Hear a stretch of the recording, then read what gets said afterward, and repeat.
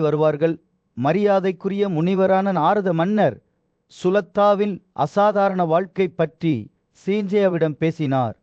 இந்த மாபெரும் மன்னர் ஓசிசேய மரணத்திற்கு பலியானார். ஆனால் அவரது மரபு வாழ்கிறது. மன்னர் சுலத்தா மற்றவர்களைப் போலல்லாமல் ஒரு வீரனாக இருந்தார். போரில் வெல்ல முடியாதவராகவும் கடவுள்களால் நேசிக்கப்பட்டவராகவும் இருந்தார். அவர் தனது ராஜ்யத்தை நீதியான வழிகளில் பெற்றார். மேலும் அவரது புத்திசாலித்தனமான ஆலோசகர்களான ரிக்வீகர்கள், பிராமணர்கள் மற்றும் வீட்டு ஊசாரிகளின் ஆலோசனை பெற்றார். இந்த அறிஞர்கள் நல்லொழுக்கத்தையும் செல்வத்தையும் நாடுவதில் அவருக்கு வழிகாட்டினர். மேலும் மன்னர் சுலத்தா அவர்களின் ஆலோசனையை பக்தியுடன் பின்பற்றினார். ஒரு நியாயமான ஆட்சியாளராக மன்னர் சுலத்ரா தனது குடிமக்களை கருணையை மற்றும் தாராள மனப்பான்மையுடன் பாதுகாத்தார். கடவுள்களை சமாதானப்படுத்த அவர் மகத்தான தியாகங்களை செய்தார். மேலும் தனது விசுவாசமான அம்புகளால் தனது எதிரிகளை வென்றார். அவரது புத்திசாலித்தனமான தலைமையின் கீழ் அவரது ராஜ்யம் செழித்து வளர்ந்தது. மேச்சாக்கள் மற்றும் மனதிருடர்களின் அச்சுறுத்தல்களிலிருந்து ஒரு புகலிடமாக மாறியது. மேகங்களின் தெய்வம் மன்னர் சுலத்ராவின் பக்தியால் திருப்தி அடைந்து தனது சாம்ராஜ்யத்தின் மீது தங்கத்தை பொழிந்தது. ஆறுகளில் திரவ புதையல்களை நிரப்பி அவற்றை அனைவருக்கும் அணுகியது. அந்த கால்சியோன் நாட்கள் ராஜ்யத்தின் செயற்கை ஏரிகள் நகைகளைப் போல பிரகாசித்தன. ஒவ்வொன்றும் 2 மைல் சுற்றளவு கொண்டவை. குள்ளர்கள், குதிகால், முதலைகள், மகரர்கள் மற்றும் ஆமைகள் ஆகியவற்றின் ஆயிரக்கணக்கான தங்க சிலைகள் வினப்பரப்பை அலங்கரித்தன. இது மன்னர் சுவோதாவில் எல்லையற்ற செல்வத்திற்கு ஒரு சான்றாகும். இந்த திகைப்பூட்டும் ஆட்சியால் மன்னரே வியப்படைந்தார். அவரது ஆட்சியில் கீழ் குறிந்திருந்த முடிவற்ற செல்வங்களைக் கண்டு ஆச்சரியப்பட்டார். கடவுள்களின் ஆசீர்வாதங்களால் ஈர்க்கப்பட்ட மன்னர் சுலத்ரா தனது செல்வத்தை பிராமணர்களுடன் பகிர்ந்து கொள்ள முடிவு செய்தார். குலின்காவில் நிகழ்த்தப்பட்ட ஒரு பிரம்மாண்டமான தியாகத்தின் போது சடங்கை முடிப்பதற்கு முன்பு இந்த மதிப்பிற்குரிய முனிவர்களுக்கு வரம்பற்ற தங்கத்தை வழங்கினார். அவரது ஆட்சி காலம் முழுவதும் மன்னர் சுலத்ரா எண்ணற்ற குதிரை தியாகங்கள், ராசியர்கள் மற்றும் புனிதச்சத்திரிய தியாகங்களை மேற்கொண்டார். ஒவ்வொரு முறையும் பிராமணர்களுக்கு பரிசுகளை வழங்கினார். ஒரு பக்தியுள்ள மன்னராக சுலத்தா அன்றாட சடங்குகளையும் கடைபிடித்து தனது இறுதி இலக்கை நெருங்கி குறிப்பிட்ட ஆசைகளை நிறைவேற்றினார். அவரது வாழ்க்கை நீதி மற்றும் பக்தியின் சக்திக்கு ஒரு சான்றாக இருந்தது. மன்னர் சுலத்ரா இறுதியாக காலமான போது நாரதரின் வார்த்தைகள் சில்சாயாவின் இதயத்தில் எதிரொலித்தன. ஓ சீல்தியா, உங்கள் மகனுக்காக நீங்கள் வருத்தப்படக்கூடாது. ஏனெனில் அவர் இந்த பெரிய ராஜாவின் 4 முக்கிய நல்லொழுக்கங்களுடன் பொருந்த தவறிவிட்டார். மன்னர் சுலத்காவின் கதை நல்லொழுக்கம், கருணை மற்றும் பக்தி கொண்ட வாழ்க்கையை வாழ்வதில் உண்மையான மகத்துவம் உள்ளது என்பதை நினைவூட்டுவதாக இருந்தது. இந்தியாவின் பண்டைய நிலத்தில் நாரதர் என்ற புத்திசாலித்தனமான முனிவர் மன்னர் ஸ்ரீஜியருடன் ஒரு கதையை பகிர்ந்து கொண்டார். நாரதர் தொடங்கினார். வலிமையான மன்னர் பௌரவ அவரது மறைவை சந்தித்தார். வரவிருக்கும் காலங்களுக்கு நினைவு கூறப்படும் ஒரு பாரம்பரியத்தை விட்டு சென்றார். மன்னரின் சுரண்டல்கள் புகழ்பெற்றவை. மேலும் நாரதரின் வார்த்தைகள் கேட்ப மன்னரின் கற்பனையை தூண்டின. நாரதர் பேசுகையில் அவர் மன்னர் பௌரவனின் பிரமாண்டத்தின் தெளிவான உருவத்தை வரைந்தார். அவர் ஒரு நியாயமான ஆட்சியாளர் என்று நாரதர் கூறினார். அவர் 1000 மடங்கு 10,000 குதிரைகளை விட்டு கொடுத்தார். அனைத்தும் பனியைப் போல வெள்ளை நிறத்தில் இருந்தன. இந்த கம்பீரமான குதிரைகள் பல ராஜ்யங்களில் பொறாமையாக இருந்தன. மன்னர் ஒரு பெரிய குதிரை தியாகத்தை நிகழ்த்தினார். இது தொலைதூர அறிஞர்களையும் முனிவர்களையும் ஈர்த்தது. பண்டைய கலைகளான சிக்ஷா மற்றும் அக்ஷரா ஆகியவற்றில் தேர்ச்சி பெற்ற இந்த பிராமணர்கள் இந்த காட்சியை காண வந்தனர். வேதங்களை படித்ததன் மூலம் தூய்மைப்படுத்தப்பட்ட பிராமணர்கள் பார்ப்பதற்கு ஒரு காட்சியாக இருந்தனர். அவர்களின் முகங்கள் மென்மையான ஒளியுடன் பிரகாசித்தன. அவர்கள் அமைதியான நம்பிக்கையுடன் நகர்ந்தனர். அவர்கள் போரவோ மன்னரிடமிருந்து ஆடைகள், வீடுகள், படுக்கைகள், தரை விரிப்புகள், வாகனங்கள் மற்றும் கால்நடைகள் போன்ற பரிசுகளை பெற்றனர். அவர்கள் மிகவும் மதிப்புமிக்கவை. ஆனால் இந்த அறிஞர்கள் விரும்பிய பொருள், செல்வம் மட்டுமல்ல, நடிகர்கள், நடன கலைஞர்கள் மற்றும் பாடகர்களின் நிகழ்ச்சிகளால் அவர்கள் ஈர்க்கப்பட்டனர். அவர்கள் தங்கியிருந்தபோது அவர்களை மகிழ்வித்தனர். நாரதர் தனது கதையை தொடர்ந்தபோது அவர் மன்னர் பௌரவலின் தாராள மனப்பான்மையின் அளவை வெளிப்படுத்தினார். அவரது ஒவ்வொரு தியாகத்திலும் நாரதர் கூறினார், அவர் 10,000 யானைகளை கொடுத்தார், தங்க பிரகாசத்தால் பிரகாசித்தார். அவற்றின் உடல்கள் பழுத்த பழச்சாறால் பிரகாசிக்கின்றன. அவர் தங்கத்தால் செய்யப்பட்ட ரதங்களையும் வழங்கினார். அவை தரநிலைகள் மற்றும் பதாகைகளால் அலங்கரிக்கப்பட்டன. ராஜாவின் பெருந்தன்மை அதோடு நிற்கவில்லை. அவர் 1000 மடங்கு 10,000 கன்னிகைகளையும் பரிசளித்தார். ஒவ்வொன்றும் தன் ஆபரணங்களால் அலங்கரிக்கப்பட்ட இந்த பரிசுகள் மன்னர் பௌரவலின் காணிக்கைகளின் ஒரு சிறிய பகுதியை அவர்கார்கள். குதிரைகள் ஏறுவதற்கு யானைகள், வீடுகள், வயல்கள், ஆயிரக்கணக்கான நாய்கள், தங்கத்தால் அலங்கரிக்கப்பட்ட மேய்ப்பர்கள் ஆகியவற்றையும் வழங்கினார். ராஜாவின் தியாகங்கள் நாடு முழுவதும் புகழ்பெற்றன. அவற்றை கண்டவர்கள் அவரது தாராள மனப்பான்மையின் பாடல்களை பாடினர். அவர் கன்றுகளுடன் கன்றுகளை கொடுத்தார் என்று அவர்கள் கூறுவார்கள். அதன் கொம்புகள் தங்கத்தைப் போல பிரகாசித்தன, அதன் குளம்புகள் வெள்ளியைப் போல பிரகாசித்தன. அவர் பெண் அடிமைகளையும் ஆண் அடிமைகளையும் கழுதைகளையும் ஒட்டகங்களையும் ஆடுகளையும் எண்ணற்ற எண்ணிக்கையில் மற்றும் பல்வேறு வகையான இரத்தினங்களையும் வழங்கினார். கடமை, அர்த்தம், செல்வம், காமம், இன்பம், மோட்சம், விடுதலை ஆகிய 4 முக்கிய நற்பண்புகளில் உண்மையிலேயே தேர்ச்சி பெற்ற ஒரு ராஜாவின் உருவத்தை நாரதரின் வார்த்தைகள் வரைந்தன. அவரது தியாகங்கள் செல்வத்தின் பிரம்மாண்டமான காட்சிகளாக மட்டுமல்ல, ஆன்மீக வளர்ச்சியை அடைவதற்கான ஒரு வழிமுறையாகவும் இருந்தன. மன்னர் பௌரவா காலமான போது அவரது மரபு வாழ்ந்தது. கதையை கேட்டவர்களில் பிரமிப்பை தூண்டியது. பண்டைய இந்தியாவில் சாம்ராஜ்யத்தில் உஸ்னாராவின் மகனான சிவிதென்க புகழ்பெற்ற மன்னர் உச்சத்தில் ஆட்சி செய்தார். அவரது சூழ்ச்சிகள் புராணங்களின் பொருளாக இருந்தன. மேலும் அவரது மகத்துவத்தை அறிந்தவர்களால் அவரது பெயர் பிரமிப்புடன் கிசுகிசுத்தது. மன்னர் சிவியின் ராஜ்யம் பரந்ததாக இருந்தது. மலைகள், தீவுகள், கடல்கள் மற்றும் காடுகள் முழுவதும் பரவியிருந்தது. அவரது வலிமையான தேர் அனைத்தையும் இடிமுழக்கம் செய்து அதிசயத்தின் பாதையை விட்டு சென்றார். அவர் புதிய நிலங்களை கைப்பற்ற புறப்பட்ட போது பூமி அவருக்கு கீழே நடுங்குவது போல் தோன்றியது. போரில் அவரது வலிமைக்கு இலையேறில்லை. குளிர்காலத்தின் குளிர்ச்சிக்கு முன்பு இலையுதிர்காலர் இலைகளைப் போல அவரது எதிரிகள் அவருக்கு முன் விழுந்தனர். இருப்பினும் அவரது தற்காப்பு வலிமை இருந்த போதிலும் மன்னர் சிவி ஒரு சத்திரியனின் புனித கடமைகளை மாற்கவில்லை. அவர் எண்ணற்ற தியாகங்களை செய்தார். தங்கம், யானைகள், குதிரைகள் மற்றும் பிற விலைமதிப்பற்ற பொக்கிஷங்களை தனது பிராமணர்களுக்கு வழங்கினார். ராஜாவின் தாள மனப்பான்மைக்கு எல்லையே இல்லை. அவர் பூமியில் விழுந்த மழைத்துளிகளின் எண்ணிக்கையை விட அதிகமான கால்நடைகளை கொடுத்தார். அல்லது வானத்திலுள்ள நட்சத்திரங்கள் அல்லது ஆற்றுப்படுகைகளில் உள்ள மணல் தானியங்கள் அவரது தியாக கலவைகள் பார்ப்பதற்கு ஒரு அதிசயமாக இருந்தன. பான ஆறுகள் அவற்றின் வழியாக பாய்ந்தன. உணவு மலைகள் வெள்ளை மலைகளைப் போன உயர்ந்தன. காற்று, பால் மற்றும் பயிர் ஆகியவற்றின் இனிப்பு வாசனையால் நிரம்பியது. பரந்த ஏரிகளில் சேகரிக்கப்பட்டது. இந்த மகத்தான தியாகங்களில் கலந்து கொண்ட பிராமணர்கள் எண்ணற்ற எண்ணிக்கையில் இருந்தனர். அவர்கள் ராஜாவின் அருளை பெற்றபோது மகிழ்ச்சியுடன் கோஷமிடும் குரலில் உயர்ந்தனர். மேலும் அதன் மையத்தில் சிவி மன்னர் நின்றார். அவரது இதயம் கடவுள்களின் மீது பக்தியால் நிரம்பி வழிந்தது.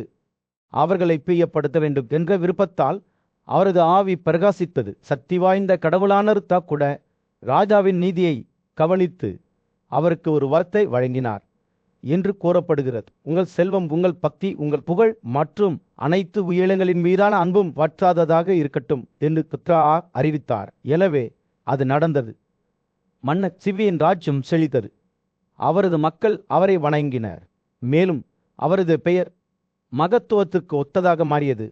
ஆனால் இந்த மரண சுருளில் உள்ள எல்லாவற்றையும் போலவே நம்மில் மிக பெரியவரும் கூட இறுதியில் வெளியேற வேண்டும். மன்னர் சிவி கடவுள்வின் எல்லைக்கு சென்றபோது அவரது மகன் சிரிச்சையா துக்கத்தில் மூழ்கினார். அவர் அழுது புலம்பி தனது தந்தையை நோக்கி ஓஸ் பேச்சா என்று கூவினார். ஆனால் நாரதர் அவர் ஞானி முனிவர் அவரை மென்மையாக கண்டித்தார். தனது சொந்த மகன் தனது புகழ்பெற்ற தந்தையின் அடிச்சுவடுகளை பின்பற்றவில்லை என்பதை நினைவூட்டினார். உங்கள் மகன் எந்த தியாகத்தையும் செய்யவில்லை, எந்த தியாக பரிசையும் செய்யவில்லை.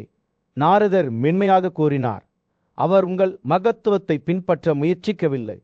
சிரிச்சிய இந்த வார்த்தைகள் சீன்சாயாவின் இதயத்தை ஆழமாக பாதித்தன.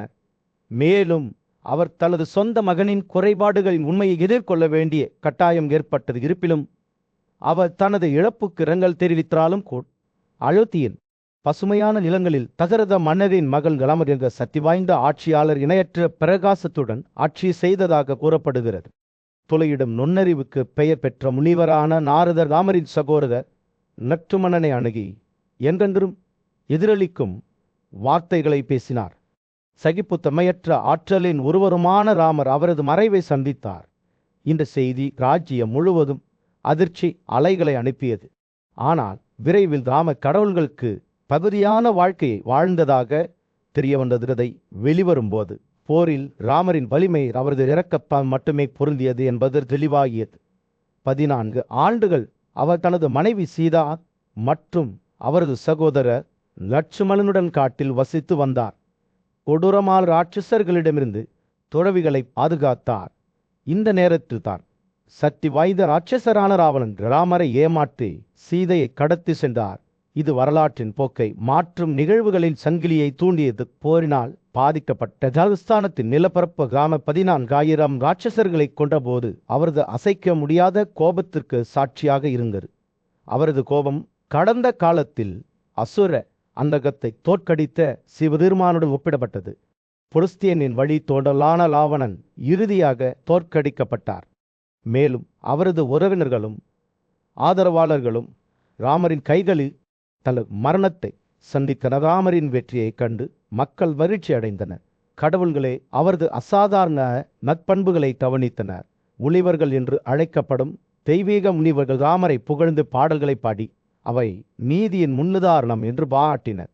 ராமரின் ராஜ்யம் செழித்தோங்கும் போது அவர் ஜார்த்திய சடல் உட்பட மகத்தான தியாகங்களை செய்தார். இது கடவுள்களின் ராஜாவான இந்திரனை மகிழ்விக்க தெளிவான வெண்ணையின் வணக்கங்களை கொண்டு வந்தது. ராமரின் குடிமக்கள் அவரது புத்திசாலித்தனமான ஆட்சியின் கீழ் செழித்து வளர்ந்தனர். அவர்களின் வாழ்க்கை மகிழ்ச்சியாலும் மிகுதியாகவும் இருந்தது. காற்று, ஈக்கள் மற்றும் கொக்குகள் இல்லாமல் இருந்தது. வேட்டையாடும் விலங்குகள் மற்றும் நச்சு ஊர்வன அருகில் செல்ல துணியவில்லை. அவரது மக்கள் 1000 குழந்தைகளால் ஆசீர்வதிக்கப்பட்ட நீண்ட ஆயுளை வாழ்ந்தனர். அவர்களின் இளமை 1000 ஆண்டுகளாக புடிப்புடன் இருந்தது. காலங்கள் செல்ல செல்ல ராமரின் ராஜ்யம் பூமியில் ஒரு சொர்க்கமாக மாறியது. ஒரு காலத்தில் கடவுள்கள் மற்றும் விதிரிகளின் மூதாதையர்கள் வழிபாட்டை தடுத்த ராட்சசர்கள் ராமரால் தோற்கடிக்கப்பட்டனர்.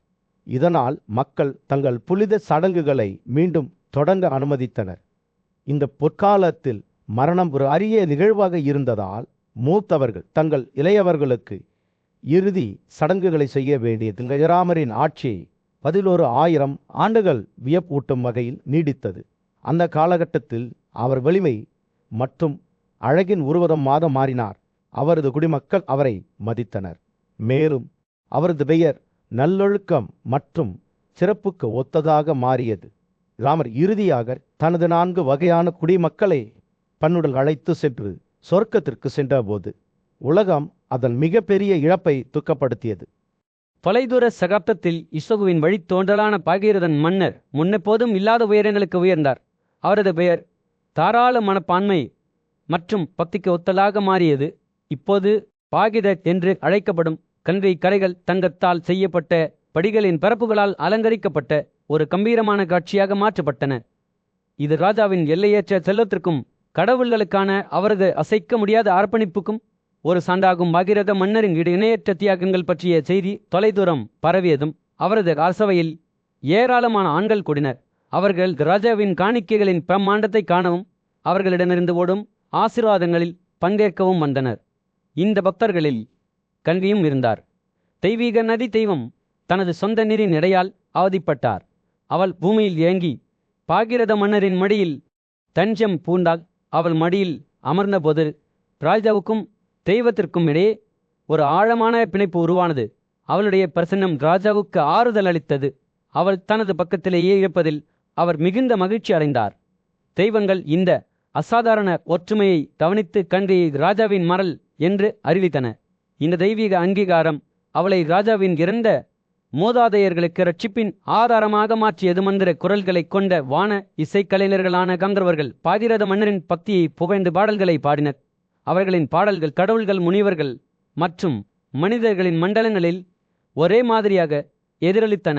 ராஜாவின் தியாகங்கள் எப்போதும் இந்திரனின் தலைமையில் கடவுள்களின் பிரசன்னத்தால் அலங்கரிக்கப்பட்டன.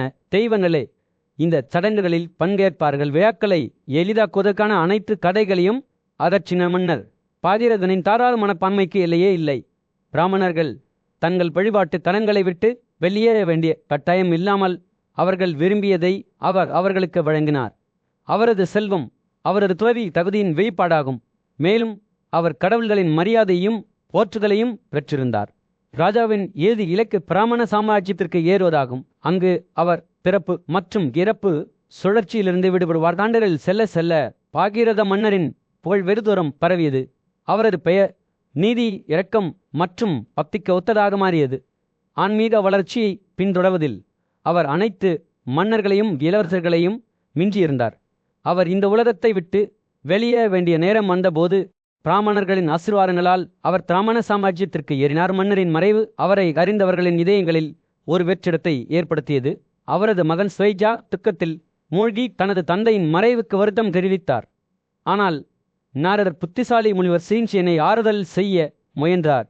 உங்கள் மகன் பாகீரதன் மன்னருக்காக துக்கப்படக்கூடாது, ஏனெனில் அவர் இணையற்ற பக்தியுடனும் தாராள மனதுடனும் வாழ்ந்தார். அவரது தியாகங்கள் அவரது இரக்கம் மற்றும் தன்னலமற்ற தன்மைக்கு ஒரு சான்றாகும். சூரியன் அடிவானத்தில் மூழ்கி வானத்தை சிவப்பு மற்றும் தங்க நிறங்களால் வரைந்த பண்டைய இந்தியாவின் சாம்ராஜ்யத்தில் ஒரு சக்தி வாய்ந்த ராஜாவின் கதை வெளிப்பட்டது. நேரத்தின் முத்திரைக்கு அப்பால் பார்த்த கண்களை கொண்ட முனிவரான நாரதர் கபிலாவின் மகனான திலீபா மன்னரின் வாழ்க்கை மற்றும் மரபு பற்றி ஸ்ரீஞ்சாயாவிடம் பேசினார். பிலிபா ஸ்ரீஜியா நாரதர் ஒரு கோடை நாளில் மென்மையான காற்று போன்ற குரலில் தொடங்கினார். பொக்கிஷங்கள் நிறைந்த நிலத்தை ஆட்சி செய்த ஒரு மன்னர். அவரது ஆட்சி பிரம்மாண்டமான தியாகங்களால் குறிக்கப்பட்டது. அங்கு பிராமணர்கள் சத்தியத்தை அறிந்து கொண்டு சடங்குகளை செய்து தனது ராஜ்யத்தை ஆசீர்வதிப்பார்கள். பிலீபரின் புகழ் வெகு தூரம் பரறியதால் கண்ட நாடுகளை சேர்ந்த மன்னர்கள் அவரது மகத்துவத்தை நேரில் காண வருவார்கள். அவரது தலைநகருக்கு செல்லும் சாலைகள் தங்கத்தால் செதுக்கப்பட்டன. இது ராஜாவின் விலையற்ற செல்வத்திற்கும் தாராள மனப்பான்மைக்கும் ஒரு சான்றாகும். இந்திரனின் தலைமையில் கடவுள்களும் கூட பிலீபருக்கு மரியாதை செலுத்துவார்கள். அவரை தர்மத்தில் உருவரமாக கருதுவார்கள். இது பிரபஞ்சத்தை ஆட்சி செய்யும் நித்திய சட்டமாகும். நாரதர் தொடர்ந்தார். அவரது பலியின் மேல் மற்றும் கீழ்வளையங்கள் தங்கத்தால் செய்யப்பட்டன. இது புனித சடங்குகளுக்கான அவரது அசைக்க முடியாத அர்ப்பணிப்பின் அடையாளமாகும். திலீபாவின் தியாகங்களில் மற்றவர்களைப் போல் அல்லாமல் ஒரு காட்சி வெளிப்பட்டது. விருந்தில் பங்கேற்க ஆயிரக்கணக்கானோர் கூடுவார்கள். அங்கு ராகாரண்டவாக்கள் என்ற நேர்த்தியான கவனத்துடன் தயாரிக்கப்பட்ட ஒரு உணவு பரிமாறப்பட்டது. இந்த பரிசையை சாப்பிட்ட பல தந்திர சாலைகளில் படுத்து கொண்டிருப்பதை காண முடிந்தது. இந்த நிகழ்வின் முழுமையான மகிழ்ச்சியையும் ஏராளமானவற்றையும் முறியடித்தனர். போருக்காக வடிவமைக்கப்பட்ட திலீபாவின் தேர் கூட அமைதியான காலங்களில் தன்னை தகுதியானதாக நிரூபித்தது. அதன் சக்கரங்கள் ஆறுகளின் வழியாக செல்லும்போது ஒருபோதும் நீரில் மூழ்கவில்லை. நாரதர் பேசுகையில் சிரிஞ்சையா மிகுந்த கவனத்துடன் அதை கேட்டார். அவரது இதயம் வரமிப்பு மற்றும் மரியாதையின் கலவையுடன் வீங்கியது. எண்ணற்ற நாகரிகங்களின் எழுச்சியையும் வீழ்ச்சியையும் கண்ட ஒரு முனிவருக்கு முன்னால் தான் நிற்பதை அவர் அறிந்திருந்தார். தீபா மன்னரை பார்த்தவர்களும் கூட ஒரு உறுதியான வில்லர், எப்போதும் பேச்சில் உண்மையுள்ளவர், தனது தியாகங்களுக்கு ஏராளமான பரிசுகளை வழங்குகிறார், சொர்க்கத்திற்கு ஏறுவதில் வெற்றி பெற்றார் என்று நாரதர் கூறினார். அத்தகைய உயர்ந்த இலக்கை அடைவதற்கான சாத்தியக்கூறுகளை பற்றி சிந்தித்தபோது அந்த எண்ணனே ஸ்ரீன்சாயாவின் முதுகெலும்பை நடுங்க செய்தது. திலீபரின் ராஜ்யத்தின் மையத்தில் கட்டங்கா என்று அழைக்கப்படும் ஒரு வசிப்பிடம் இருந்தது. அங்கு வேத பாராயணங்களின் ஒலிகள் வில்லுகளில் சுழற்சி மற்றும் குடிக்கவும் அனுபவிக்கவும் சாப்பிடவும் என்ற கூக்குரல்கள் அரங்குகளில் எதிரொலிக்கும். இது சொர்க்கத்துக்கும் பூமிக்கும் இடையிலான எல்லைகள் மங்களாக தோன்றிய இடமாக இருந்தது. மேலும் யதார்த்தத்தின் துணி, பக்தி மற்றும் தியாகத்தின் நூல்களால் நெய்யப்பட்டது. நாரதலின் கதை முடிவுக்கு வந்தபோது சிறுசாயாவின் பார்வை அவரது சொந்த மகனான ஸ்வைஜா மீது விழுந்தது. அவர் சிறுவனின் வாழ்க்கையை நினைவு கூர்ந்தார். இது நோக்கமின்மை மற்றும் பிலிபாவின் அடிச்சோடுகளை பின்பற்ற தவறியதால் குறிக்கப்பட்டது. பண்டைய இந்தியாவில் சாம்ராஜ்யத்தில் யுவர்ஸ்வாவின் மகனான மந்தாத்ரி என்ற புகழ்பெற்ற மன்னர் இணையற்ற மகத்துவத்தை அடைந்ததாக கூறப்படுகிறது. அவரது கதை மிகவும் அசாதாரணமான முறையில் தொடங்கியது.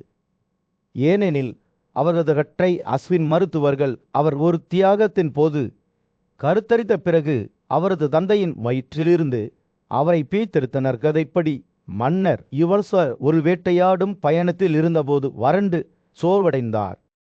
அவரது குதிரைகள் தொடர முடியாத அளவுக்கு சோர்வடைந்தன.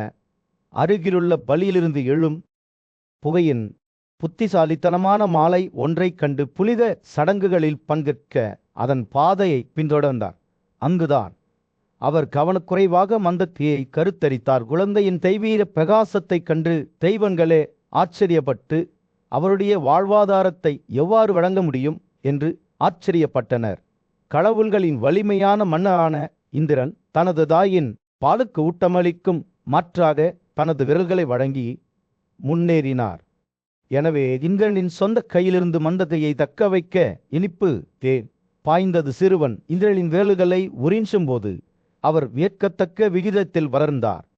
ஒவ்வொரு நாளும் 12 முழம் உயரம் அதிகரித்தார். வெறும் 12 நாட்களில் மந்தாத்ரி ஒரு உயர்ந்த உயரத்தை அடைந்து அசாதாரணமான வலிமையை வளர்த்து கொண்டார். தனது வலிமையான வில்லால் ஒரே நாளில் முழு பூமியையும் வென்றார். எந்த சவாலையும் வெல்லாமல் விட்டுவிட்டார். எனமேலியா, சுதன்வான், ஜெயா, சுனாதேடத்தாதா, நிரிகா ஆகிய அவரது வெற்றிகள் எண்ணற்றவையாக இருந்தன. அனைத்தும் அவருக்கு முன் விழுந்தன. ஒரு காலத்தில் மந்தத்ரியின் ஆட்சியை அறிந்திருந்த நிலங்கள் இன்னும் அவரது புகழின் பெயரை கொண்டுள்ளன. இது அவரது அசைக்க முடியாத லட்சியம் மற்றும் சகிப்புத்தன்மையற்ற மனப்பான்மைக்கு ஒரு சான்றாகும். மந்தத்ரியின் ஆட்சி பிரம்மாண்டத்தால் குறிக்கப்பட்டது. அவர் 100 குதிரைதியாரங்களையும் 100 ராசூய பள்ளிகளையும் செய்தார்.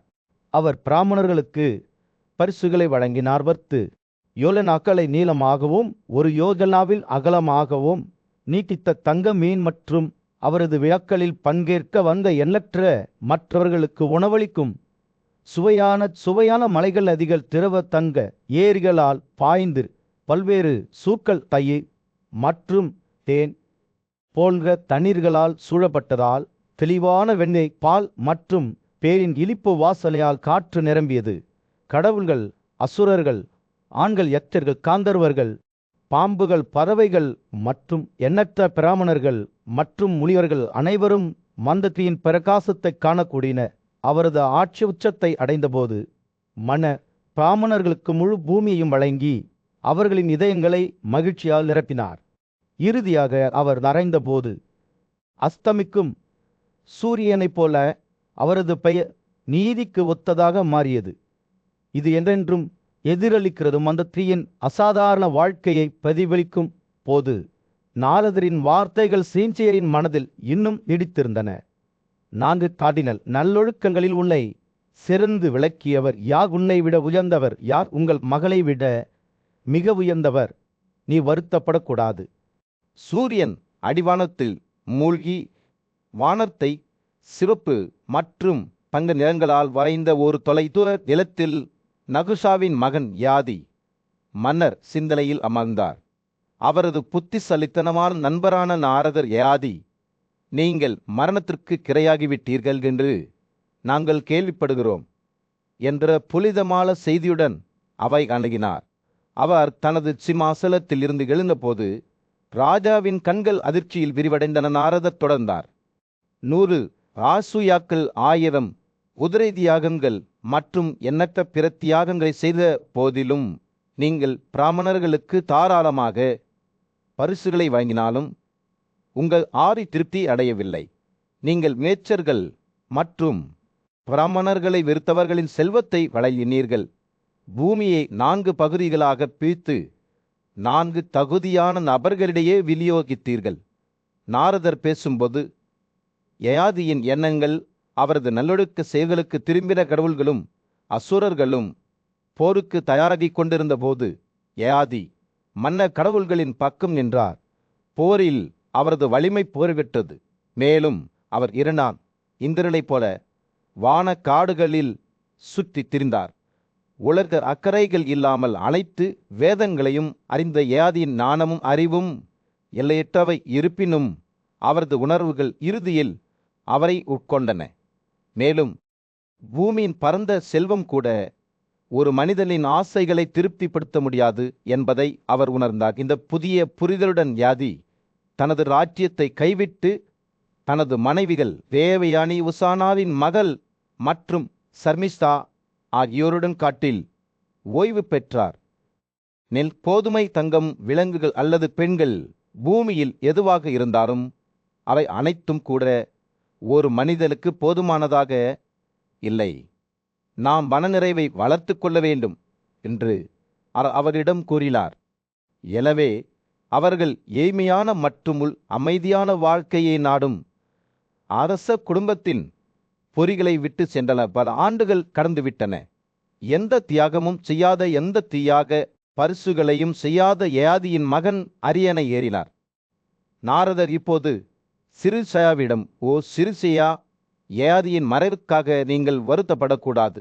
தர்மம், அக்தம், காமம் மற்றும் மோட்சம் ஆகிய 4 கார்டினல் நல்லொழுக்கங்களிலும் அவர் உங்களை விட உயர்ந்தவர். அவளது மகன் தனது பட்டத்தை மரபுரிமையாக பெற்றிருக்கலாம், ஆனால் அவருக்கு தனது தந்தையின் ஞானமும் நல்லொழுக்கமும் இல்லை. நாரதர் பேசுகையில் தெய்வங்கள் மற்றும் மனிதர்களிடையே ஒரே மாதிரியாக நடந்த மன்னர் யயாதியின் பாரம்பரியத்தை சிறுசேயா பிரதிபலித்தார். மனநிறைவு மற்றும் தன்னலமற்ற சக்திக்கு ஒரு சான்றை விட்டு சென்றார். நாரதரின் வார்த்தைகள் ஒரு மென்மையான காற்று போல காற்றில் தொங்கிக் கொண்டிருந்தன. யயாதியின் கதையின் எடையை அவற்றுடன் எடுத்து சென்றன. அவரது மறைவின் போது மன்னர் அனைவருக்கும் ஒரு பாடத்தை விட்டு சென்றார். உண்மையான நிறைவேற்றம் பொருள், செல்வம் அல்லது உலக வெற்றியில் இல்லை, ஆனால் மனநிறைவை வளர்த்து நல்லொழுக்க வாழ்க்கையை வாழ்வதில் உள்ளது. சூரியன் அடிவானத்திற்கு கீழே மூழ்கி உலகை ஒரு சூடான ஆரஞ்சு பிரகாசத்தில் வீசும்போது சீஞ்செய்யார். ஒரு தொலைதூர நாட்டில் நாரதர் சீல்சாயாவிடம் அம்மரிஷாவின் அகால மரண செய்தியை பகிர்ந்து கொண்டு துக்க வார்த்தைகளை பேசினார். ஓ சிறிசேயா, அவர் கூறினார், நவராவின் மகள் அம்மரிஷா போயில் வீழ்ந்தார். தனியாக அவர் 1000 மன்னர்களுக்கு எதிராக போராடினார். ஒவ்வொருவரும் அடுத்தவர்களைப் போலவே கடுமையான மற்றும் திறமையான ஆயுதங்களை கொண்டிருந்தனர். அந்த காட்சி ஒரு புயலைப் போல வெளிப்பட்டது. குழப்பத்தின் மத்தியில் அம்மரிஷா உறுதியாக நின்றார். அவரது வலிமையும் சுறுசுறுப்பும் அவை தனது கைகளை துல்லியமாக பயன்படுத்த அனுமதித்தது. குடியைத் தொடர்ந்து குடியையும் தரத்துக்கு பிறகு தரப்பையும் ஈட்டியையும் வெட்டி தனது எதிரிகளை எல்லா திசைகளிலும் சிதறடித்தது. போரின் சத்தம் அவர் சண்டையிடும்போது காது கேளாமல் இருந்தது. ஆனால் அம்மரிஷாவின் கவனம் அசைக்க முடியாததாக இருந்தது. சண்டை தொடர்ந்த போது எதிரி தலைவர்கள் தடுமாறத் தொடங்கினர். அவர்கள் கருணைக்காக வேண்டிக் கொண்ட போது அவர்களின் அஞ்சல் கோடுகள் தூக்கி எறியப்பட்டன. நாங்கள் உமக்கு அடிபணிகிறோம். அவர்கள் அம்பரிஷாவை வேண்டிக் கொண்டனர். அவர்களின் குரல்கள் பயத்தால் நடுங்கின. இருப்பினும் அவர் வெற்றியில் கொடுமையை காட்டும் நபராக இருக்கவில்லை. அவரது கையின் அலைகளால் அவர் அவர்களின் உயிரை காப்பாற்றி அவர்களுக்கு பாதுகாப்பு வழங்கினார். போருக்கு பிறகு அம்மரிஷாவின் வெற்றி நாடு முழுவதும் கொண்டாடப்பட்டது. அவர் 100கணக்கான மகத்தான தியாகங்களை செய்தார். ஒவ்வொன்றும் வேதங்கள் விதித்த பண்டைய சடங்குகளுக்கான அவரது பக்திக்கு ஒரு சான்றாகும். இனிப்புகள் புரிகாக்கள் மற்றும் புறாக்கள், அவுபாக்கள் மற்றும் சஸ்தாளிகள், கர்மார்கள் மற்றும் பிரிதுவிருப்பிகாக்கள், மைரேயகரா மற்றும் ராகண்டவாக்கள், அனைத்து வகையான மிட்டாய்கள், தெளிவான வெண்ணெய், பால், தண்ணீர், இனிப்பு, தயிர் மற்றும் பல்வேறு வகையான பழங்கள் மற்றும் வேர்கள். இரவு வரை கொண்டாட்டங்கள் தொடர்ந்தன. தொலைதூரத்திலிருந்து மக்கள் மகிழ்ச்சியில் பங்கேற்க கூடினர். மதுவுக்கு பழகியவர்கள் தங்கள் நிரம்பிய பானத்தை குடித்தனர், பாடினர் மற்றும் தங்கள் கருவிகளில் இசையை வாசித்தனர். மேலும் ஆயிரக்கணக்கானோர் அதன் முழுமையான மகிழ்ச்சியால் போதையில் இருந்தனர், நடனமாடினர் மற்றும் பாடல்களை பாடினர்.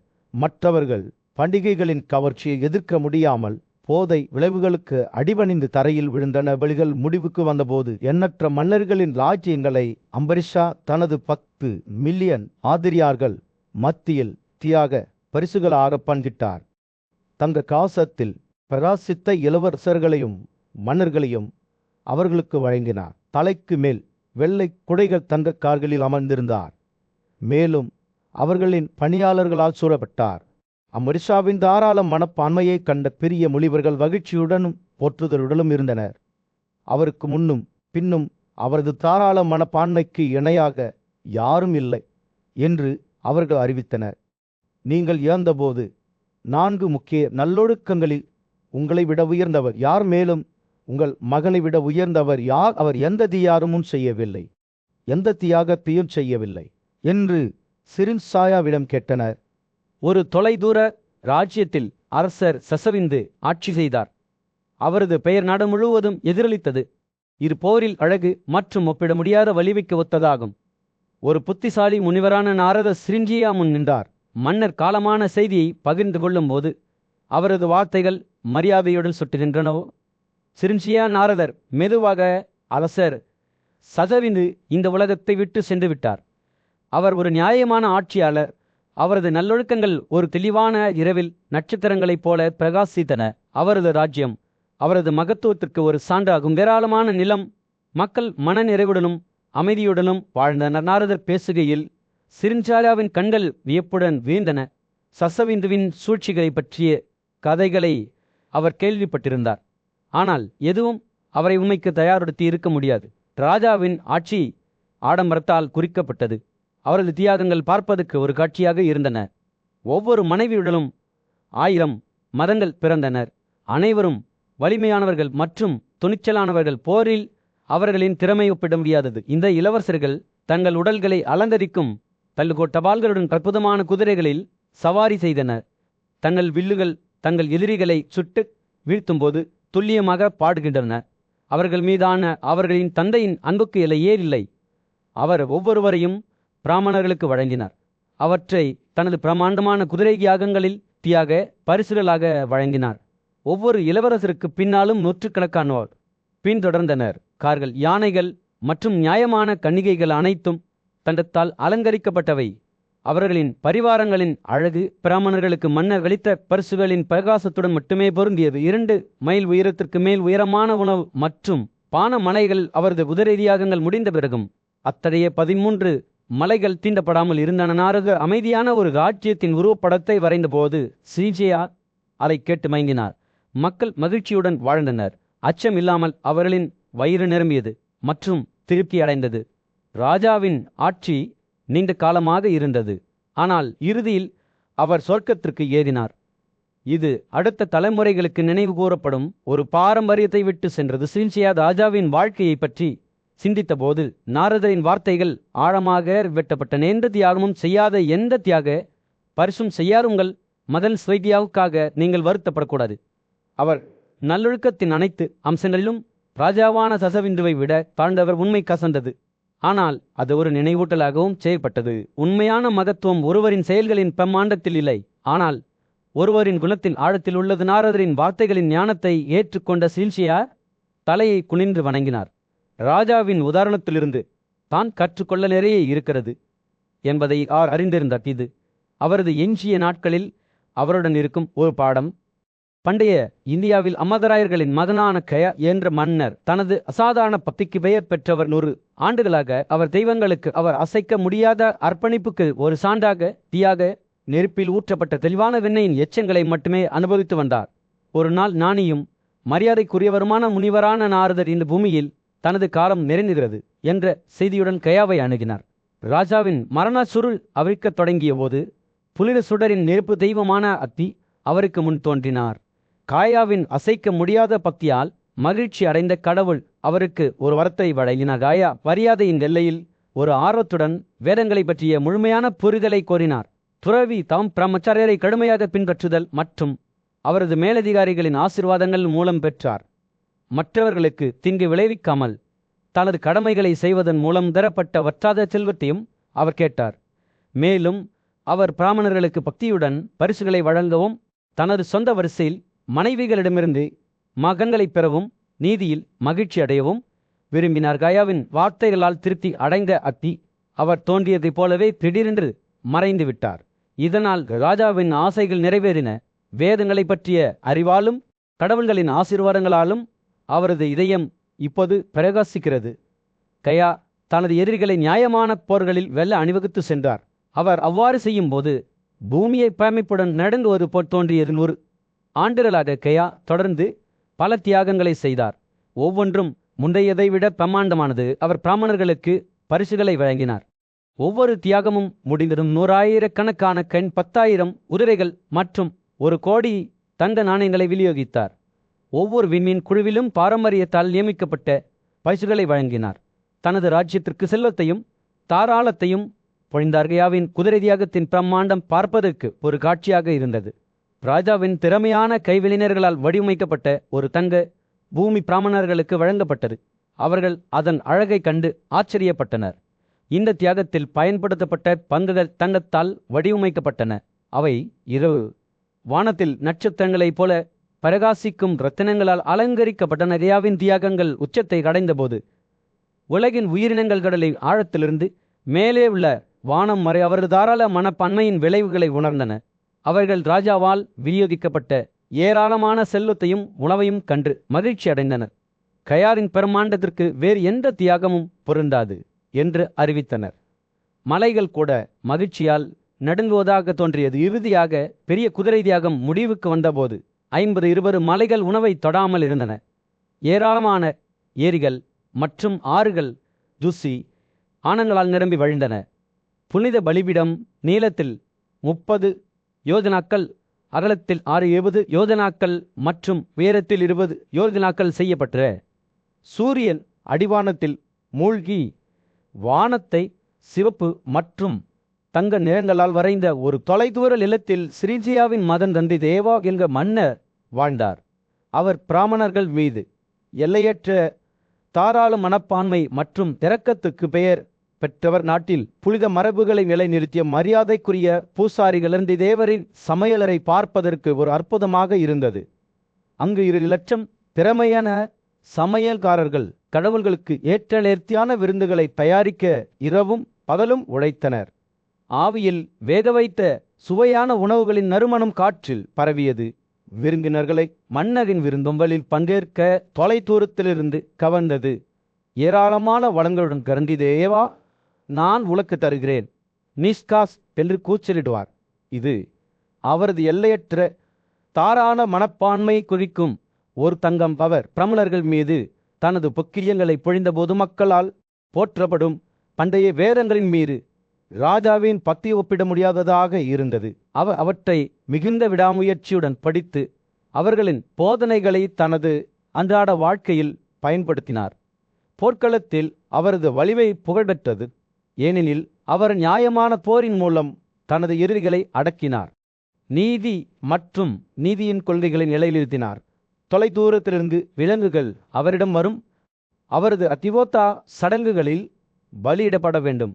இது அவர்களின் மரணத்திற்கு பிந்தைய வாழ்க்கைக்கு பாதுகாப்பாக செல்வதை உறுதி செய்தது. தேவரில் சமையலறையிலிருந்து பாயும் சுரப்புகளிலிருந்து பிறக்கும் துணை நதியான சாமன்வதியில் ஆற்றங்கரை மன்னர் செய்த எண்ணற்ற தியாகங்களிலிருந்து தோன்றியதாக கூறப்படுகிறது. அவரது அரண்மனை தங்கம் மற்றும் விலைமதிப்பற்ற ரத்தினங்களில் புரையலாக இருந்தது. அங்கு தேவர் பெரும்பாலும் தனது செல்வத்தை தங்கு காளைகள், கைனி மற்றும் விசாக்கள் வடிவில் கொடுப்பார். அவர் இந்த பொக்கியங்களை ஒவ்வொரு 15 நாட்களுக்கும் 100 ஆண்டுகளுக்கு விநியோகிக்கிறார். சமையல்காரர்கள், ஊழியர்கள் மற்றும் பிராமணர்களின் பரிவாரத்துடன் தேவரின் ராஜ்யத்தில் பிரமாண்டம் என்னவென்றால் கடவுள்களும் கூட அவரது சடங்குகளில் பங்கேற்பார்கள். நெருப்பில் ஊற்றப்பட்ட தெளிவான வெண்ணெயின் வணக்கங்களை குடிப்பார்கள். பிரிகள், மூதாதைய ஆவிகள் திரதாஸ் விழாக்களில் போது அவர்களுக்கு வழங்கப்பட்ட காணிக்கைகளிலிருந்து தங்கள் பங்கை பெறுவார்கள். உயர்ந்த பிராமணர்கள் தங்கள் விருப்பங்களுடன் அவரிடம் வருவார்கள். அன்னிதேவர் அவர்கள் விரும்பியதை கருணையுடன் வழங்குவார். சிறப்பு சந்தர்ப்பங்களில் விருந்தினர்கள் அவரது அரண்மனையில் குடியிருந்தபோது ரண்டிதேவரின் சமையல்காரர்கள் சபைக்கு உணவளிக்க 1,21,1000 உதிரைகளை தியாகம் செய்வார்கள். இந்த ஆடம்பரமான தாராள மனப்பான்மை இருந்த போதிலும் ராஜ்யத்தில் உணவு அல்லது வளங்களுக்கு ஒருபோதும் பற்றாக்குறை ஏற்படவில்லை.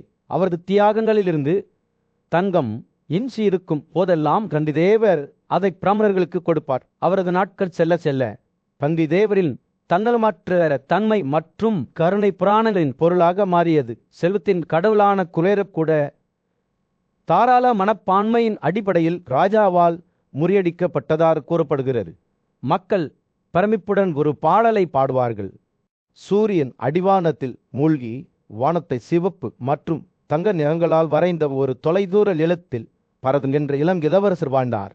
அவர் துஷ்வந்தாவின் மகன் மற்றும் சகுந்தலாவின் பேரன். மிகுந்த அழகும் நல்லொழுக்கமும் கொண்ட பெண் குழந்தையாக இருந்தபோது பரதல் காட்டில் வாழ அனுப்பப்பட்டார். அங்கு அவர் புத்திசாலி மற்றும் மரியாதைக்குரிய முனிவரான கன்வாவின் பராமரிப்பில் வளர்ந்தார். ஆனால் இந்த இளம் இளவரசர் மகத்துவத்திற்காக விதிக்கப்பட்டவர் என்று யாருக்கும் தெரியாது. ஏனென்றால் அவர் நடக்க முடிந்த உடலேயே பரதல் அசாதாரணமான வலிமையையும் தைரியத்தையும் வெளிப்படுத்த தொடங்கினார். அவர் காட்டின் மையப்பகுதிக்குள் அச்சமற்றவராகவும் நுழைந்து நிலத்தில் சுற்றி திரியும் மிருகங்களை எதிர்கொள்வார். பனி வெள்ளை மேன்களுடன் சிங்கங்களும் எரிகளை போன்ற கண்கள் கொண்ட புலிகளும் பெரும்பாலும் அவரது பாதையை கடக்கும். ஆனால் தப்பி ஓடுவதற்கு பதிலாக பரதன் அவர்களை ஒரு சண்டைக்கு சவால் விடுவார். அவரது கையை தொட்டால் அவர் மிகவும் கொடூரமான உயிரினங்களை கூட அடக்க முடியும். சிங்கங்கள் அவரது வலிமையான விருப்பத்தால் நொறுக்கப்பட்ட அவற்றின் வலிமையை அவரது கால்களுக்கு கீழே நொறுங்கிவிடும். அதே நேரத்தில் புலிகள் அவற்றின் நகங்கள் மற்றும் பற்கள் பயனற்றவை தோல்வியில் நழுவிவிடும். பாரதரில் வலிமை மிகவும் வலிமையான யானைகளால் கூட அவற்றில் தந்தங்கள் மற்றும் கிரங்குகளுடன் அவரை தாங்க முடியவில்லை. அவர் வயதாகும் போது பாரதரின் சூழ்ச்சிகள் புராணங்களின் பொருளாக மாறிய காட்டில் வாழ்ந்த முனிவர்கள், பண்டைய கலைகளை படிக்கிற பல ஆண்டுகள் கழித்த ஞானிகள் அவரது துணிச்சலின் கதைகளை கேட்க அடிக்கடி சுற்றி வருவார்கள். அவர்கள் அவரை சர்வதாமனா அல்லது அனைத்தின் கட்டுப்பாட்டாளர் என்று அழைப்பார்கள். ஏனெனில் எந்த உயிரினமும் அவரது விருப்பத்தை எதிர்க்க முடியாது என்று தோன்றியது. ஆனால் பாரதரில் புகழ் வளர்ந்தபோது அவரது கடமை உணர்வும் வளர்ந்தது. அவர் பெரிய விஷயங்களுக்காக விதிக்கப்பட்டிருப்பதை அவர் அறிந்திருந்தார். எனவே அவர் தனது மக்களுக்கு செழிப்பையும் அமைதியையும் கொண்டு வரும் மகத்தான தியாகங்களை செய்வதில் தனது கவனத்தை திருப்பினார். கடவுள்களின் ஆசீர்வாதத்துடன் யமுனை, சரஸ்வதி மற்றும் கங்கை கரையில் குதிரை தியாகங்களை செய்ய தொடங்கினார். 1000 நாட்கள் அவர் சடலிரலை துல்லியமாகவும் பக்தியுடனும் செய்தார். காட்சியை காண வந்த பிராமணர்களுக்கு செல்வ பரிசுகளை வழங்கினார். ஆசர்களின் மன்னரான இந்திரனின் தலைமையில் நடைபெறும் விழாக்களில் பங்கேற்க கடவுள்கள் தங்கள் பல்லோகத்திலிருந்து இறங்கினர். தியாகங்கள் உச்சக்கட்டத்தை எட்டும்போது உளிவர்கள் பண்டைய பாடல்களை உச்சரிப்பார்கள். அதே நேரத்தில் பரதர் தனது பிரார்த்தனைகளை செய்து தனது பரிசுகளை வழங்குவார். கடைசியில் தியாகம் முடிந்ததும் பரதர் தனது செல்வத்தை பிராமணர்களுக்கு விநியோகித்தார். அவர்களுக்கு 10,000 பில்லியன் தங்க நாணயங்களையும் அழகான குதிரைகள், யானைகள், கார்கள், ரத்தினங்கள், ஒட்டகங்கள், ஆடுகள், செம்மறி ஆடுகள், அடிமைகள் மற்றும் தானியங்களையும் வழங்கினார். அவரது தாராள மனப்பான்மைக்கு எல்லையே இல்லை. ஏனெனில் அவர் கிராமங்கள், வயல்கள் மற்றும் ஆடைகளை காட்சியை காண வந்தவர்களுக்கு வழங்கினார். ஆனால் பாரதலின் வாழ்க்கை உச்சத்தை அடைந்த போது விதிக்கு வேறு திட்டங்கள் இருந்தன.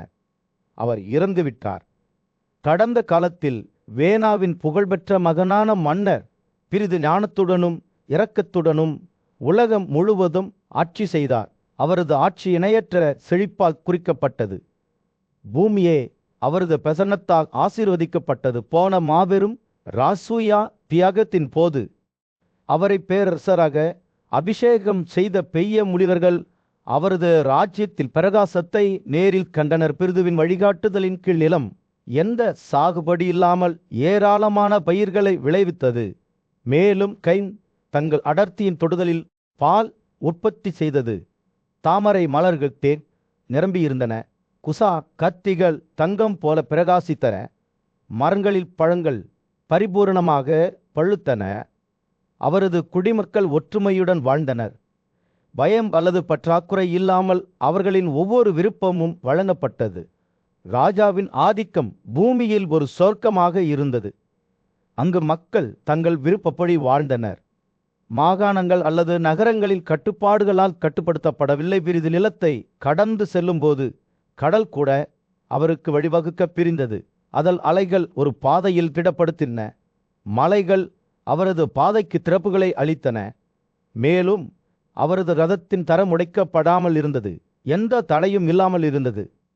அசூரர்கள், ஆண்கள், பாம்புகள், முனிவர்கள், அப்சரர்கள் மற்றும் பித்ரிகள் அனைவரும் ராஜாவின் முன் கூடினர்.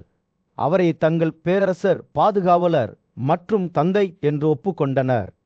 அவர்களின் பக்தியால் தூண்டப்பட்டு பெய்து அவர்களுக்கு வரங்களை வழங்கினார். ஒவ்வொருவருக்கும் அவர்கள் விரும்பியதை பெற அனுமதித்தார். அவர் தனது சக்தி வாய்ந்த அதகவா வில்லையும் பயங்கரமான அம்புகளையும் எடுத்து பின்னர் பூமியை ஒரு மென்மையான கட்டளையுடன் உரையாற்றினார். பூமியை விரைவாக வாருங்கள், அவர்கள் விரும்பும் பாலை அவர்களுக்கு கொடுங்கள். பூமி அவரை தனது மகனாக போற்றி, வீரனே, என்னை உங்கள் மகள் என்று கருதுவது உனக்கு பொருத்தமானது என்று பதிலளித்தது. இவ்வாறு ஒரு அசாதாரண காட்சி தொடங்கியது. பிருதுவின் குடிமக்கள் பூமியை பால் கறக்கும் போது ஒவ்வொரு குழுவும் தாங்கள் விரும்பியதை பெற்றனர். மரங்கள் மதுவுக்கு தங்கள் சாற்றை கொடுத்தன. மலைகள் ரத்தினங்களையும் மூலிகைகளையும் உற்பத்தி செய்தன. கடவுள்களும் அசுரர்களும் ஆற்றலையும் வலிமையையும் பெற்றனர். மனிதர்கள் பயிர்களை பயிரிட்டனர். பாம்புகள் விஷத்தை பிரித்தன. முனிவர்கள் வேதங்களை பெற்றனர். எச்சர்கள் விருப்பப்படி காணாமல் போகும் சக்தியை பெற்றனர். காந்தவர்களும் அப்சரர்களும் நறுமண வாசனை தேவியன்களை சேகரித்தனர். பிதிரிகள் தங்கள் பாலாக ஸ்வராவை பெற்றனர். இந்த அற்புதமான செயலில் பயன்படுத்தப்படும் கன்றுகளும் பாத்திரங்களும் கூட பிருதுவில் கருணைக்கு ஒரு சான்றாக இன்றும் உள்ளன. மன்னர் தொடர்ந்து பலிகளை செலுத்திய போது அவர் அனைத்து உயிரினங்களுக்கும் அவர்களின் இதயங்களை மகிழ்விக்கும் பரிசுகளை வழங்கி திருப்திப்படுத்தினார். அவர் பூமியில் உள்ள ஒவ்வொரு பொருளின் தங்க உருவங்களை உருவாக்கி அவற்றை பிராமணர்களுக்கு தனது மகத்தான குதிரை பலியாக வழங்கினார். தங்கத்தால் செய்யப்பட்ட 60,000 யானைகள் பூசாரிகளுக்கு வழங்கப்பட்டன. அதோடு முழு பூமியும் நகைகள், ரத்தினங்கள் மற்றும் தங்கத்தால் அலங்கரிக்கப்பட்டன. பிருதுவின் காலம் இறுதியாக முடிவுக்கு வந்தபோது அவரது குடிமக்கள் அவரது மறைவுக்கு இரங்கல் தெரிவித்தனர். ஆனால் ஒரு புத்திசாலி முனிவரான நாரதர் அவர்களின் துக்கம் தவறாக இருந்தது என்பதை அவர்களுக்கு நினைவூட்டினார். தந்தைய பாரத தேசத்தில் ஞானியும் மரியாதைக்குரியவருமான முனிவரான நாரதர் ஆழ்ந்த துக்கத்தால் அவரது கண்கள் நிரம்பி இருந்த ஸ்ரீசேயின் முன் நின்றார். வரலாற்றின் போக்கை என்கென்றும் மாற்றும் வார்த்தைகளை அவர் பேசினார். எல்லா வீரர்களாலும் வணங்கப்பட்ட வீரரான பெரிய துறவியான ராமர் கூட இறந்து விடுவார். அவரது ஆசைகளை திருப்திப்படுத்த அவரது வாழ்க்கை நீண்ட காலம் இருக்காது. தமதக்தி மகனான ராமர் துணிச்சல் மற்றும் நல்லொழுக்கத்துக்கு ஒத்த பெயர். அவரார் தன்னியாலாக பூமியை அதன் மிகப்பெரிய தீமைகளிலிருந்து விடுவித்து இணையற்ற செழிப்பின் சகாதத்திற்கு வழிவகுத்தார். ஆனால் அவர் தனது சாதனைகளின் பெருமையை அனுபவித்த போது கூட நாரதரின் வார்த்தைகள் அவருக்குள் ஒரு நட்டத்தை ஏற்படுத்தின. ராமரின் கதை பல ஆண்டுகளுக்கு முன்பு தொடங்கியது. அவரது தந்தை தமாதத்தை இதற்கு முன்பு போர்க்கடிக்கப்படாத சத்திரிய போர்வீரலான கதவிழாவ கொடூரமாக கொல்லப்பட்ட போது கோபம் மற்றும் நீதிக்கான ஆசையால் தூண்டப்பட்டார். ராமர் கதவியை எளிதில் கொண்டார். அதைத் தொடர்ந்து நடந்த போரில் நனவு சத்திரியர்களை வெட்டி வீழ்த்திய போது அவரது வில் அதன் கொடிய பாடலை பாடியது. அவர்களில் தாண்டவள நாட்டை சேர்ந்த முனாளிகள் பிராமண வெறுப்பு போர் வீரர்கள் இருந்தனர். அவர்கள் ராமரின் கைகளில் தங்கள் முடிவை சந்தித்தனர். படுகொலை நடந்தபோது ராமரின் கோடாரி உயர்ந்து துல்லியமாக விழுந்து 10,000 சத்திரியர்களை தாக்கியது. தனது எதிரிகளால் வீசப்பட்ட அவமதிப்புகளையும் படுகொலைக்கு சாட்சியாக இருந்த பிராமணர்களின் வேதனையின் கூக்குரல்களையும் அவரால் தாங்க முடியவில்லை. கடுமையான உறுதியுடன் ராமர் காஸ்மீரிகள், காதலர்கள் மற்றும் பிற பழங்குடியினரின் தோற்கடிக்கப்பட்ட படைகளை விட்டு வெளியேறினார். அவரது வெற்றிகள் அசாதாரணமானவை அல்ல. அவர் பாரதத்தின் நீளம் மற்றும் அகலத்தை கடந்து ஒவ்வொரு அடியிலும் ஆயிரக்கணக்கான சத்திரியர்களை கொன்றார். ராமரின் தண்டுகள் அவரது எதிரிகளின் இதயங்களை துளைத்ததால் பூமியை நடுங்குவது போல் தோன்றியது. இதனால் இரத்த வெள்ளம் உருவானது. இது ஏரிகளையும் ஆறுகளையும் ஒரே மாதிரியாக நிரப்பியது. இறுதியில் ராமர் குதிரை தியாகம் என்று அழைக்கப்படும் ஒரு மகத்தான தியாகத்தை உருவாக்கினார். அங்கு அவர் விலங்குகள் மற்றும் குடியிருப்பாளர்களால் நிரம்பி வழியும் முழு பூமியையும் ஒரு பெரிய முனிவரான காசியபருக்கு வழங்கினார். கொள்ளைகளிடமிருந்து விடுபட்டு நேர்மையான மனிதர்களால் நிரம்பி வழியும் பூமி அவருக்கு பரிசாக இருந்தது. மேலும் அவர் அதன் சத்திரியர்களின் நிலத்தை 21 முறை பங்கிட்டிருந்தாலும் ராமரின் இறுதி தியாகம் பூமியில் மட்டுமல்ல, தனக்குள்ளும் இருந்தது. நாரதர் இந்த வார்த்தைகளை சொன்ன போது பெரிய செயல்களை செய்யாத, பெரிய தியாகங்களை செய்யாத தனது சொந்த மகனுக்காக சிறுஞ்சாயாவின் இதயம் வேதனைப்பட்டது. ஆனால் நாரதரின் செய்தி தெளிவாக இருந்தது. மிக பெரிய ஹீரோக்களும் கூட இறுதியில் வாழ்க்கை சுழற்சிக்கு அடிபணிவார்கள். பிரிகுவின் புகழை மேம்படுத்திய ராமர் ஒரு நாள் இறந்து விடுவார். வரவிருக்கும் தலைமுறைகளுக்கு நினைவு கூறப்படும் ஒரு பாரம்பரியத்தை விட்டுச் செல்வார். இறுதியில் காசபாதான் பூமியை ஏற்றுக்கொண்டார். நாணமுள்ள வியாச முன்னிலையில் மன்னர் சீசியார் 16 மன்னர்களின் புனித வரலாறுகளை உன்னிப்பாக கேட்டார். அவர்களின் பக்தி மற்றும் தன்னலமற்ற செயல்களால் அவர்களின் வாழ்க்கை நீட்டிக்கப்பட்டது. பிராமணர்கள் மீது மகத்தான தியாகங்களை செய்து செல்வத்தை பொழிந்து பூமியில் நீண்ட ஆயுளை பெற்ற மன்னர்களை பற்றி கதைகள் பேசிய வியாசர் இந்த கதைகளை சொல்லி முடித்ததும் மன்னர் சீசேயா அமைதியாக இருந்தார். சிந்தனையில் மூழ்கிவிட்டார். கதைகளை சொல்லிக் கொண்டிருந்த ரிஷி நாரதர் அவரது கண்களில் இரக்கத்துடன் அவரை அணுகினார். ஓ வலிமையான மன்னரே! நாரதர் மெதுவாக, இந்த புனித வரலாறுகளின் சாரத்தை நீங்கள் புரிந்து கொண்டீர்களா? அல்லது உன்னதமான விரப்பு கொண்ட ஒருவரால் நிகழ்த்தப்பட்ட சூதாவின் சத்தா போன அவை உங்கள் மனதில் இருந்து தழுவிவிட்டலவா? மன்னர் சிரேசியா மெதுவாக எழுந்து நின்றார். அவரது கைகள் மரியாதையுடன் பிணைக்கப்பட்டனர். ஓம் மரியாதைக்குரிய ரிஷி என்று அவர் கூறினார். அவரது குரல் உணர்ச்சியால் நிரம்பியது. நான் இந்த அற்புதமான கதைகளை கேட்டேன். ஒளி வீசும் சூரியனால் இருள் அகற்றப்பட்டதைப் போலவே என் இதயம் அதன் துக்கத்திலிருந்து தூய்மை அடைந்துள்ளது. நான் இப்போது அமைதியாக இருக்கிறேன். என் பாவங்களிலிருந்து விடுபட்டுள்ளேன். ஆனால் சொல்லுங்கள் ஓ ஞானி, நான் அடுத்து என்ன செய்வது? நாரதர் புன்னகைத்தார். அவரது கண்கள் கருணையால் மின்னின. அதிர்ஷ்டத்தால் உங்கள் துக்கம் நீக்கப்பட்டது என்று அவர் கூறினார். இப்போது நீங்கள் விரும்பும் எந்த வரத்தையும் கேளுங்கள், அது உங்களுடையதாக இருக்கும். நாங்கள் ஒருபோதும் பொய்களை பேசுவதில்லை. மன்னர் சீன்சேயாவின் முகம் மகிழ்ச்சியால் பிரகாசித்தது. ஆனால் அவர் தயங்கினார். ஓ ரிஷி, நான் திருப்தி அடைகிறேன் என்று அவர் தாழ்மையுடன் கூறினார். நீங்கள் என்னை பற்றி மகிழ்ச்சியாக இருந்தால் மட்டுமே உங்களை விரும்புபவருக்கு இந்த உலகில் நிறைவேறாத ஆசைகள் எதுவும் இல்லையாத கருணையுடன் தலையசைத்தார். மன்னர் சிரீன்சேனே, உமது இதயத்தின் ஆசையை நான் நிறைவேற்றுவேன் என்று அவர் கூறினார்.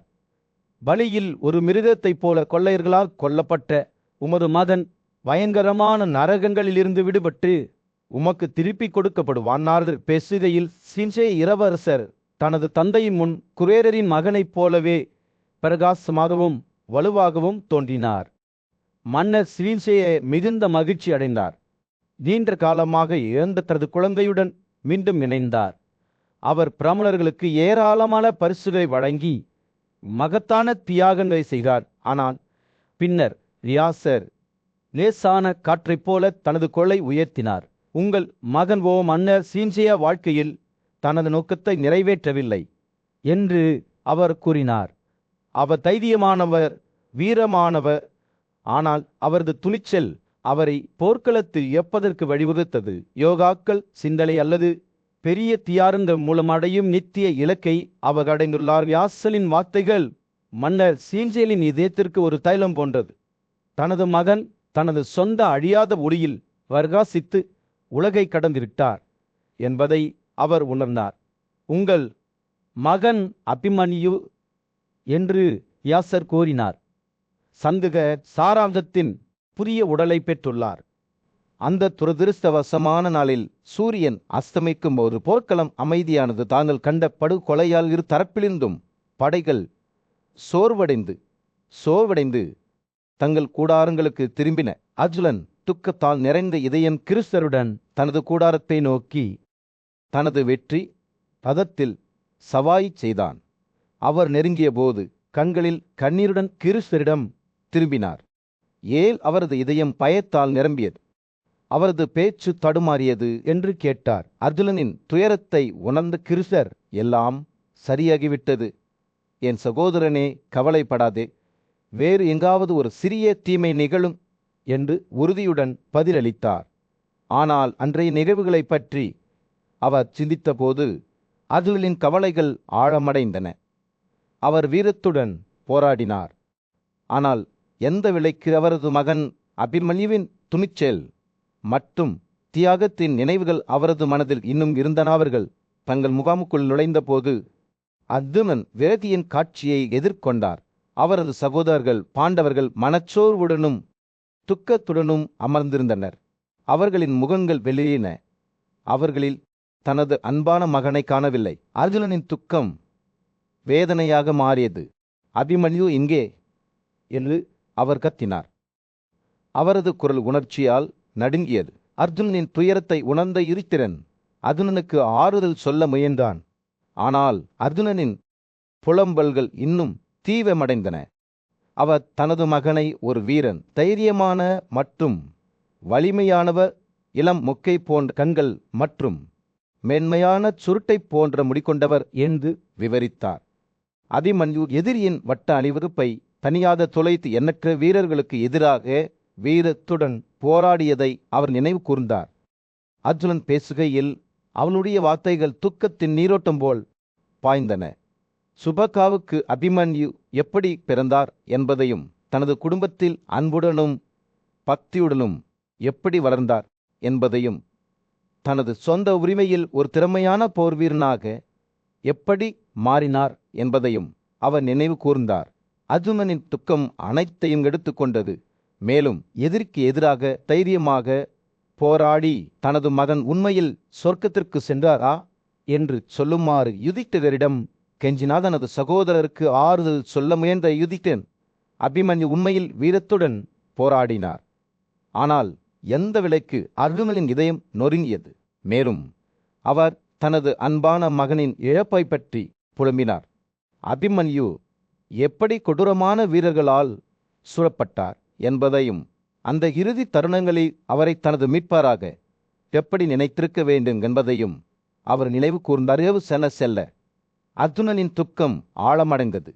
மேலும் அவரது இதயம் இடி முழக்கத்தால் ஆனது என்று அவர் நம்பினார். அத்தகைய துக்கத்தின் போது கூட உடைக்க முடியாதது.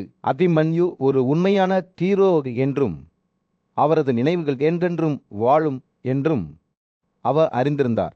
எனவே அவரது சகோதரர்கள் மற்றும் நண்பர்களால் சூழப்பட்ட அர்ஜுனன் தனது மகனின் இழப்புக்கு துக்கத்தில் தனது இதயத்தை கனப்படுத்தினார். ஆனால் இன்னும் அமைதியாக இருந்தார். போர்க்களத்தில் சூரியன் அஸ்தமிக்கையில் பாண்டவர்களில் சோர்வடைந்த போர் வீரர்கள் மீது தங்க ஒளி வீசிக் கொண்டிருந்தது. அவர் தனது சகோதரர் அர்ஜுனனை நோக்கி பேசும்போது யுதிஷ்டிரனின் குரல் காற்றில் எதிரொலித்தது. அவர்களின் முகங்கள் துக்கத்துடனும் கவலையுடனும் பொறிக்கப்பட்டன. ஓ வலிமையான ஆயுதமேந்தியவரே என்று அவர் கூறினார், நீங்கள் சம்தத்தரர்களின் அடையை நோக்கி சென்ற பிறகு எங்கள் போதக துரோணர் என்னை கைப்பற்ற கடுமையான முயற்சிகளை மேற்கொண்டார். ஆனால் பாண்டவர்கள் ஒரு சவாலிலிருந்து பின்வாங்கவில்லை.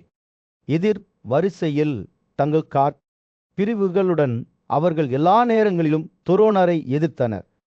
அவரை ஏராளமான வீரர்களுடன் படுத்து நிறுத்தினர். யுதிஷ்டிரர் நன்கு பாதுகாக்கப்பட்டார். இருப்பினும் அவரும் அவரது சகோதரர்களும்